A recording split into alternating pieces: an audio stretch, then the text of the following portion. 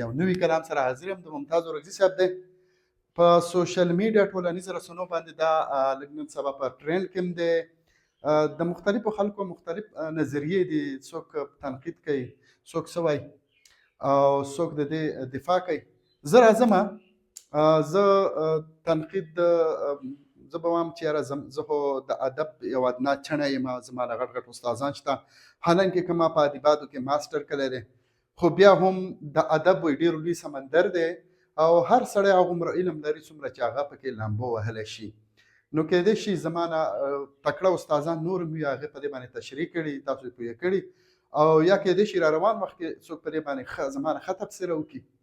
نو ګورم ورځو اول دا کلام ستاسو سره شریکوم او بیا په دې باندې تشریح او معنی کوو. نو تاسو ته به د اخره پورې دا پته ولګي چې دا کلام څومره د معیار مطابق دی یا غیر معیاري دی. چې ډېر خلک ما ولیدل په ټیک ټاک رسنیو باندې د دې لږ ډېر لقم کوي، مذاق شانې کوي، ولې چې هغه ته پته نه خوار. زه راځم د ممتاز اورکزي صاحب دې کلام ته چې وایي زه مارغه بې پر و باله، زه مارغه بې پره باله، نه مې خاښ شته او نه ځاله، لا ژوندی یم خو ځورېږم له مثقاله تر مثقاله، او ما له سوخته لته درکړه د دنیا غوندې فوټباله، او له انکاره تر ایمانه هېڅ هم نشته لا زواله، او نن سبا یم لږ بې سوره هرګز نه یمه بېتاله. ملګرو راځو د دې کلام بلې حصې ته. ملګرو اوس د دغه شعرونو تشریح ته راځم چې زه مارغه یم بې پره باله، نه مې خاښ شته او نه ځاله. ملګرو پر تاسو پیژنئ، بال هم پیژنئ چې کوم ویښته خو دلته په دې شاعر چې کوم معنی ده، وایي چې شاعر ځان ته د مارغه سره تشبیه ورکړې ده. وایي هغه مارغه یم چې نه وزر لري، نه ځاله شته او نه د الوت دغه شته دی، نه الوتی شي، نه یې څه ارام شته او نه د ارام دپاره د ځای شته دی. یو داسې مارغه یم چې نه مې ځای شته، نه مې وزر شته، نه الوت کولی شم. په دې کې ځان ته تشریح ورکړې ده. یعنې په معنا کې موږ راځو چې د بېوسۍ، بې پناهۍ او د بې ثبات ژوند انځور پکې ښکاري، چېرته چې نه ارام شته، نه امنیت شته دی. شاعر د دې اوس وخت ښایسته مثال ورکوي او د بېلګې په طور چې کومه دی زه ویلی شم چې دا اوسنی دغه دی حالات دي، حالات دي ټیک دي. او بیا راځو موږ دې ته وایي چې لا ژوندی یم خو ځورېږم له مثقاله تر مثقاله. ملګرو دلته مثقال چې کومه دی که نه دا ذرې ته وایي، او دا یو پیمانه ده زما په خیال سره چې په عربو کې به د سره زرو یا سپینو زرو د تللو لپاره یو پیمانه و مثقال غالبا هغه یې راغیستې ده او قرآن کې هم راځي مثقال ذرة خیر یرها.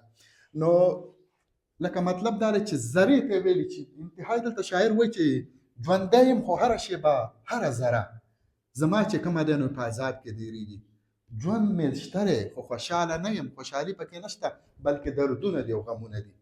دلته شاعر په دې کې هم دغه وایي او واحد حقیقت دی چې هغه چې کومه دی نن سبا هر پښتون د کوم حالاتو سره مخ دی نو د هغه حالات یې بیان کړي په دې کې. او بیا موږ راځو مثقال چې کومه دی نو واحد ذرې ته وایي او دې وایي چې یاره دې کې دا دی چې هره لمحه هره ذره مطلب د ژوند هره لمحه دا زما په عذاب کې تېرېږي، ځورېږم او مطلب دا دی چې خوشحالي بالکل زما په ژوند کې نشته دی. راځو وایي د بل شعر ته راځو چې ما له سوخته لته درکړه د دنیا غوندې فوټباله. دلته سوخت یا سوخت ته لته چې کوم ده ویلې ده، شاعر وایي چې سوځېدلي زړه یا په درمن زړه سوخت کوم زړه دردېدلی سوځېدلی هغه ته وایي، هغه حالت هغه کیفیت ته وایي. وایي په دا حالت کې ما د سوخته لته درکړه وایي د دنیا غوندې فوټباله. دنیا ګول ده، د دنیا غوندې ده، خلک وایي چې دنیا ګول ده، خو د سوخته مې والې زه خفه یم، د یو څیز باندې خوشحاله نه یم په دې دنیا کې. نو د سوخته ځینې سړی راشي که نه سوخ خفه وي یو څیز یې ښه ښایسته شی به یې ورکړې که مړه هغه دردولی وي وایي دې ډېر کړولی ما ورکوی. نو دنیا د لوبې میدان دی خو دلته چې کوم دی هر څیز د هر چا په کنټرول کې نه دی، د چا په وس کې نه دی. څه به کم وي، څه به زیات وي، څه به غم خوشحالي دا په ژوند کې راځي او مونږ به مطلب دا دی خامخا د هر چیلنج سره مقابله کوو. او راځو د بل شعر له وایي چې له انکاره تر ایمانه هېڅ هم نشته لا زواله. انکار چې کومه دی کفر ته وایي او ایمان چې کومه دی نو مونږ پېژنو. دغه شان چې کومه دی دا وایي چې له انکاره تر ایمانه هېڅ هم نشته لا زواله. وایي یو حالت کې انسان چې کومه دی تلپاتې نه دی. لکه انسان چې کومه دی نو کو کفر کې دی کو ایمان کې دی، هر شی د شاعر مطابق تلپاتې نه دی، دا به بدلیږي را بدلیږي، عقیدې بدلیږي، هغه شان چې کوم دی نظریې بدلیږي. دغه شان چې کومه دی د دې معنی دا ده چې دایمي یو شی نشته، که عقیده د کوم مقام دی، مطلب هر څیز فاني ده، دنیا فاني ده. خو چا پکې ښه وخت تېر کړو خو ټیک ده که نه وه، نو مطلب دا دی ډېر د عقیدو خلک پکې شته دی، ډېر مذهبونو خلک پکې شته، نظریو خلک پکې شته دی. بل شعر له راځو وایي چې نن سبا یم لږ بې سوره هرګز نه یم بې تاله.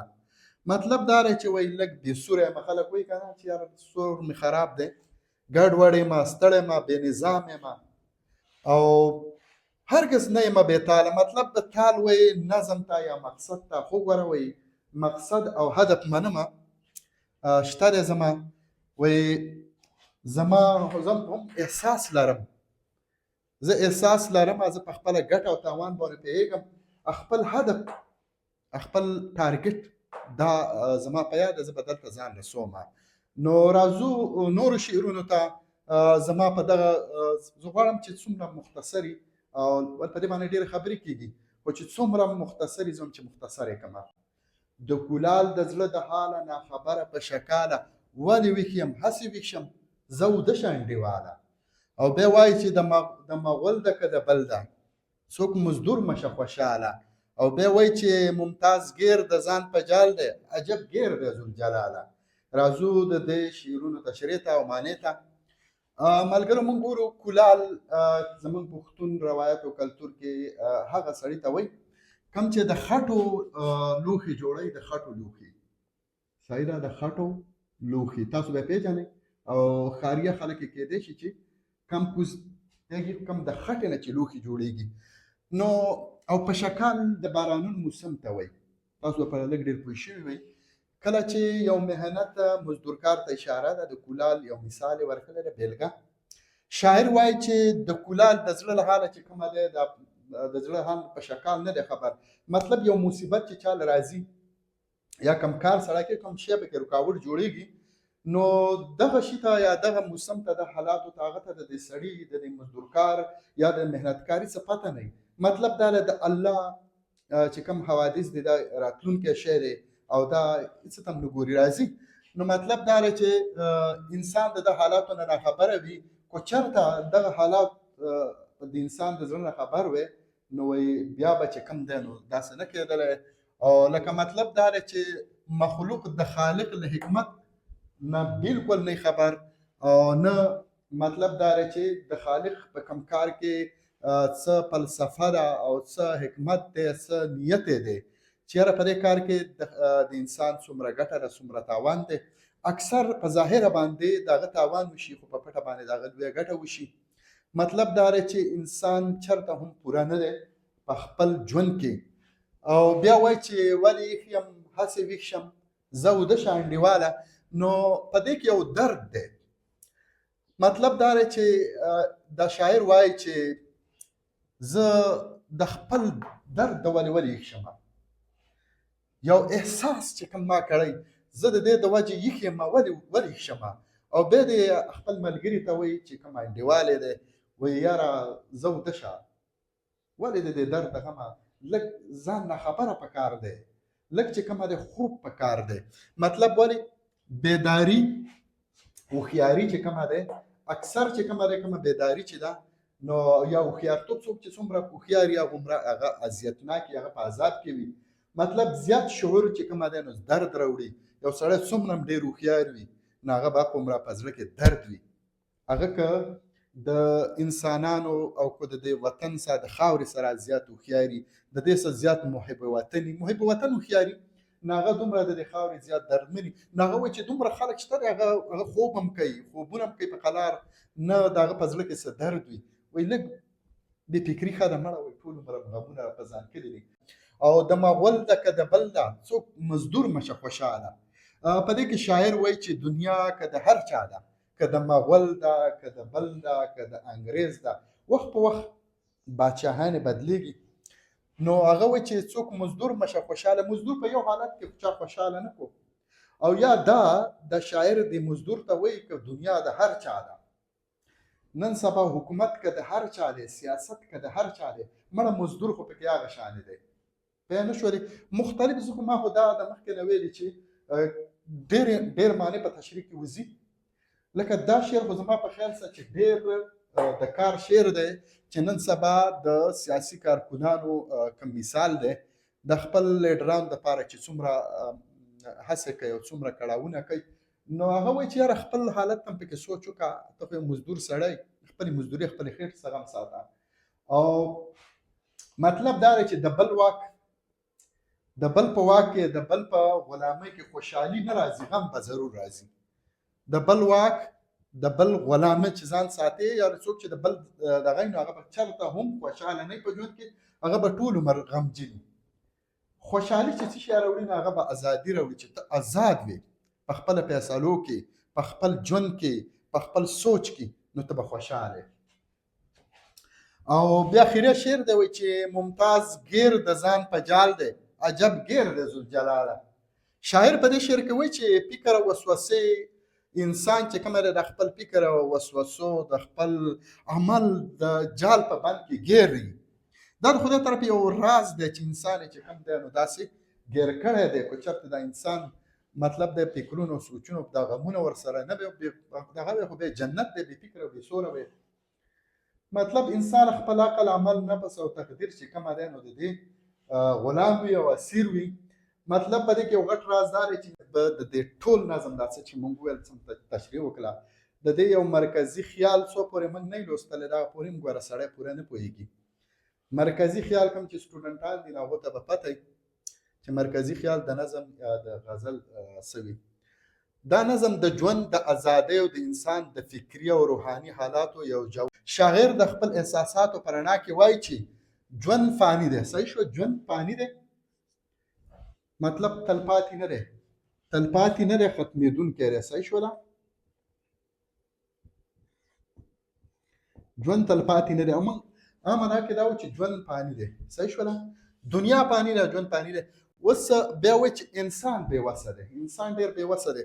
څه چې وسه کېږي د هغه په کنټرول کې نه ده. انسان څه چې څم کېږي مطلب دا دی هغه وسه کېږي. د انسان په لاس کې څه نشته. دنیا د لوبې ډګر دی. ما له سوخته لته درکړه د دنیا غوندې فوټباله. بس دنیا د لوبې یو ډګر دی، بس خلک ځي او راځي، دغه فوټبال له لته ورکوي، څوک یې داسې وایي، څوک یې داسې وایي. چا بې نه وړله، نه پوره شوله. او ازادي د غلامۍ نه غوره ده. نظم کې وایي چې بھئی ازادي چې کومه دی په غلامۍ کې هېڅ هم نه کېږي. غلامۍ کې انسان بالکل خفه وي، خوشحالي د هغه ژوند د غم نه ډکي. او ازادي چې کومه دی پرې کې خوشحالي ده. یعنې ممتاز اورکزی صاحب دا سبق موږ ته راکوي چې د خپلې ازادۍ تحفظ وکړئ. د خالق حکمت چې کومه دی د مخلوق نه پټ دی. بله د خالق چې کوم راز دی دا انسان پرې نه پوهېږي، پر حکمت نه پوهېږي. یعنې الله پاک په کنټرول کې هر څه دي، د هغه حکمت باندې انسان چېرته هم نه پوهېږي. مطلب انسان څه دومره علم لا نشته دی چې هغه د الله علم، د الله حکمت، د الله رازونو باندې پوه شي. نو هیله لرم چې د دې پورې به تاسو پوه وئ. او ملګرو تاسو به کمنټ سیکشن کې راته ضرور وایئ چې دغه کلام تاسو د معیار مطابق ورته په څه سترګه ګورئ. زما په خیال چې کلام ډېر جوور دی او ډېر معیاري دی. او کوم ملګري چې د دې هسې ګپ شپ پسې ولي نو غلطي کوي. اول په کلام باندې ځان پوه کول پکار دي، بعد له په هغه پسې خبرې کول پکار دي. زه اوس هم ما په دې کې دومره خبرې کراس کړې، په دې باندې ډېرې خبرې کېدلې، خو زما غرض دا دی چې څومره مطلب مختصرې ویډیو مختصره شي نو دومره ښه ده. ولې چې نن سبا ډېر مصروفه دور دی. په دې مصروفه دور کې دومره غټ غټې ویډیوګانې مطلب هر سړی نشي کتلی، لکه مصروفیات ډېر وي. یو سړی وزګاري خو زه ضرور به وګوري. نو ډیره مننه کامنټ سیکشن کې راته ضرور وایئ زموږ ویډیو ستاسو خوښه شوه که نه او دا ویډیو تر ډیرو ملګرو پورې تاسو شیر کړئ چې تر څو ډیرو ملګرو ته ورسیږي زموږ یوټیوب چینل کاریز ټي وي تاسو پښتو ادبي کاریز زموږ فیسبوک پیج د پښتو ادبي کاریز ضرور فالو کړئ نو هلته به انشاءالله د نورو ویډیوګانو سره ضرور حاضر